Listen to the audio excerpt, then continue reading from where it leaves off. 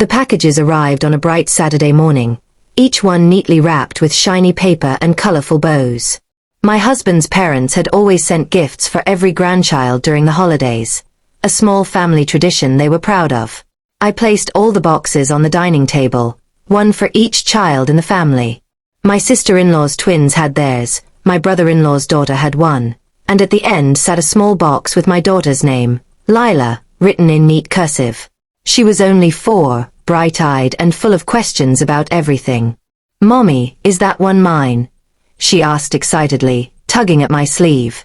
I smiled and nodded, though a strange feeling crept over me as I noticed something odd. Every other box was large and heavy, wrapped in bright colors, but Lila's was small, plain brown, and sealed tightly with tape. I brushed it off, telling myself maybe it was something delicate. When my husband came home, we gathered on a video call with the rest of the family so all the kids could open their gifts together. The room filled with squeals and laughter as the other children unwrapped expensive toys, dolls, and gadgets. Lila looked at me eagerly. "Can I open mine now?" she whispered. I nodded, trying to keep my tone cheerful. She tore off the tape and opened the box. Inside was a small white envelope and a soft, worn-out stuffed bunny. Lila's smile faded slightly, her tiny fingers brushing over the toy's fur. "It's old, Mommy," she said softly. My heart sank. I looked at the screen, where my mother-in-law was smiling proudly at her other grandkids. My husband noticed the change in my expression and reached for the box. "Mom, what's this?" he asked, holding up the bunny. There was a pause on the call. Then she said, "Oh, that one. Yes, I found it in the attic. It used to be one of your old toys. I thought your daughter might like something sentimental." Her voice was casual, almost dismissive. The other parents looked awkward, but no one said anything. My husband's jaw tightened, but I stayed quiet, helping Lila hold the bunny. "Say thank you to Grandma, sweetheart," I whispered. Lila smiled sweetly at the camera. "Thank you, Grandma," she said, waving. My mother-in-law smiled back. "You're welcome, dear." The call ended soon after. As the screen went black, I sat in silence. My husband looked angry, muttering under his breath, "She didn't even try." I shook my head. "Let it go," I whispered. But I couldn't stop thinking about the box.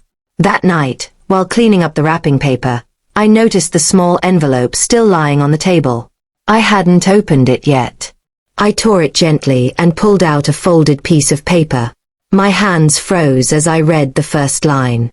It was written in shaky handwriting. For Lila, the girl who reminded me what kindness feels like. Inside was a short note from my late father-in-law. He had passed away a few months before Lila was born. The letter said, "If you're reading this, it means my old bunny found a new home. I kept it all these years because your daddy once gave it to me after I lost my job. He was just a little boy then, but he said, 'Don't cry, Daddy. Mr. Bunny will help you smile.' It did. So I want Mr. Bunny to belong to the next little heart in this family who knows how to make people smile again. Be kind, little one." My throat tightened as I read those words over and over. I called my husband into the room, and when he saw the letter, his eyes filled with tears. "I can't believe he kept this," he whispered. We looked at Lila, who was sitting on the floor playing with the bunny, gently brushing its fur.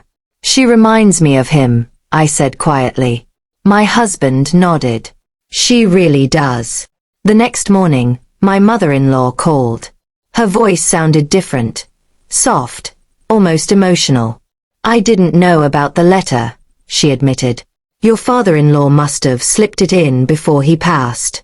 I just found the box in the attic and thought it was one of his old things." I told her it was okay, that it had turned out to be the most meaningful gift Lila could have received. There was silence, then she said, "He always said your daughter would bring light into this family." From that day, things changed between us. My in-laws began visiting more often, not with expensive gifts, but with time, laughter, and stories about the man who left a piece of love in a small brown box. And every night before bed, Lila still sleeps with that worn-out bunny in her arms, the one that taught us that sometimes the smallest gifts carry the biggest hearts.